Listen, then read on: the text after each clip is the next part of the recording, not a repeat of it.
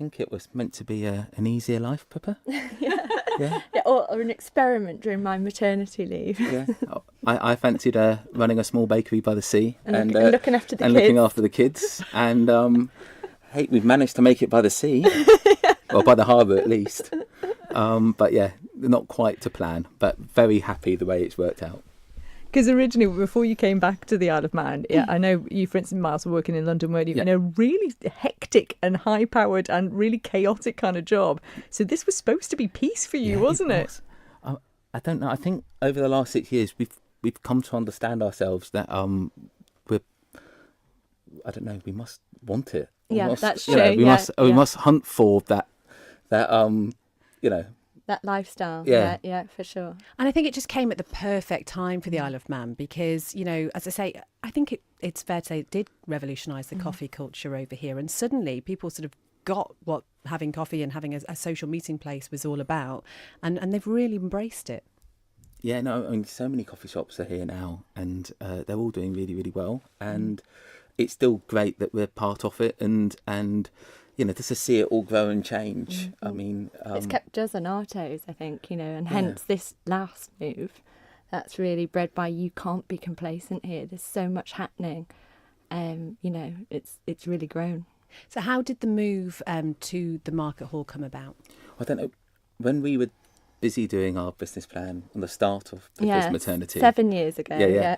It was, we kept on looking at the market hall going, wouldn't it be great if we could put a Noa in there?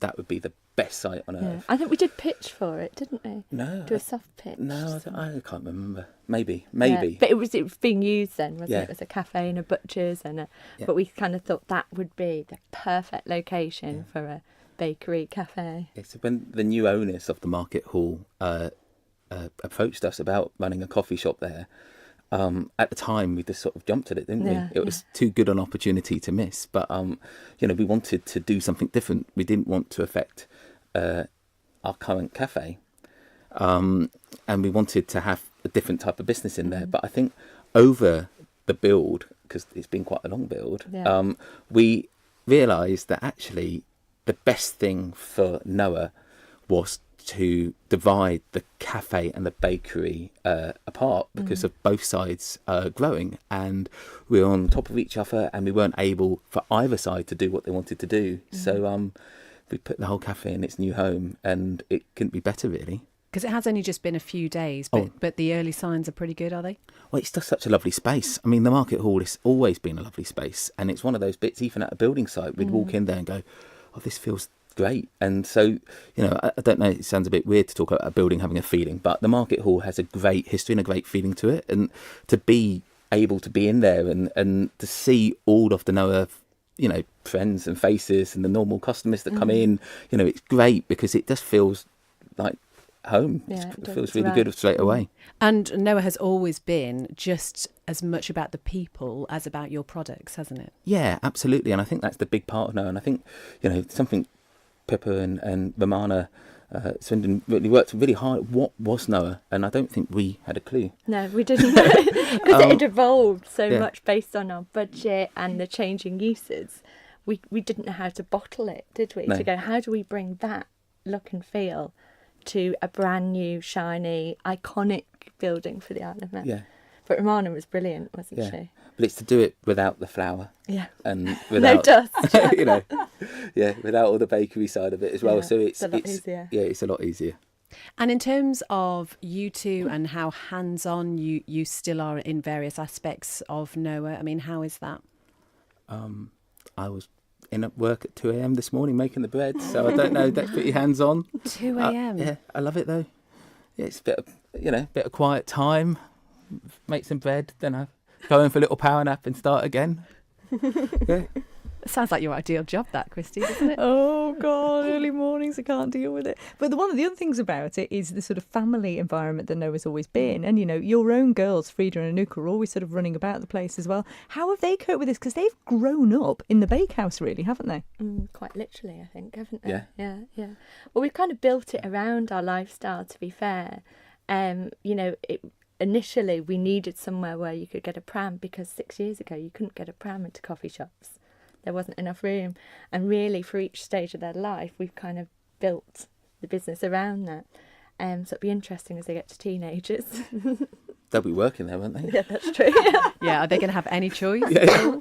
And in terms of products, I know they've been evolving again over the past 6 years. I mean, we talked about the coffee and the roastery that's going to be kept at the Fort Street site, and also Noa bread. We can't talk about Noa without talking about your bread. Yeah, it's growing. So that's the really exciting part. So literally next week, I think we've got a load of new equipment coming into Fort Street. The floor's getting laid down as we speak now. The hygiene walls are going up everywhere. I mean, the cafe, it was really sad because of all of a sudden I felt that we suddenly got almost dumped. I mean, it was like the cafe had moved out and everything had gone and we were left with this empty space. But luckily, the builders came in straight away and it started transforming and it started feeling like, oh, this is the bakery growing, and it's just really exciting to over the next year we're going to be launching some new lines. I think I'm off tomorrow to look at a wax paper bread wrapper, which probably I shouldn't get excited about, but I am. It's just to see the bread side of things grow, like the cafe. It's just it's a dream basically. It must have been these past few years must have been really encouraging for you both, because you've got coming back to the island and seeing how what you've created has almost sort of sparked and encouraged this sort of love of the artisan, of whether it be because of the bread, whether it be because of the coffee, whether it be sort of having really cool and funky events and starting this sort of different culture in the community side of things. You've almost sort of created a sort of nicer space to be in. Does it feel a bit like that? I don't think it feels like it's us. Yeah, I think it's the island. And it's our people too. Yeah. I think it's the team as well. I think Miles and I feel like we can't keep up with Noa, and the way it evolves and develops, because actually it's driven by our team. It's a team effort. It's not like we're saying 5 years we're going to be here. It's the team are constantly helping evolve and grow and challenge as well. But also all of the people that interact with Noa as well. So it's not like, we don't come up with all these events and all these ideas. It's people banging our door saying, look, I want to talk about plastic. And and I want to do this. And all we've done is facilitate a space for these things to happen on the island. And it's been great to be part of it, hasn't it? It has. And you're also teaching a generation of new bakers as well, because I mean the thing about Noa, I know you've got a really big team. I don't know how many. Do you know how many employees you have? I don't want to think about that. No. But teaching all these new skills and passing it on, and that's an incredibly important legacy. Yeah, well, I don't know. We're all learning together. That's the thing with like developing these new bread lines. I'm learning just as much as them, and we're all in it, trying to get our heads around it, and trying to kind of figure it all out. And I think that's the great thing. No one wants to do the same thing every day. No one wants to come in and feel like they're just doing the same.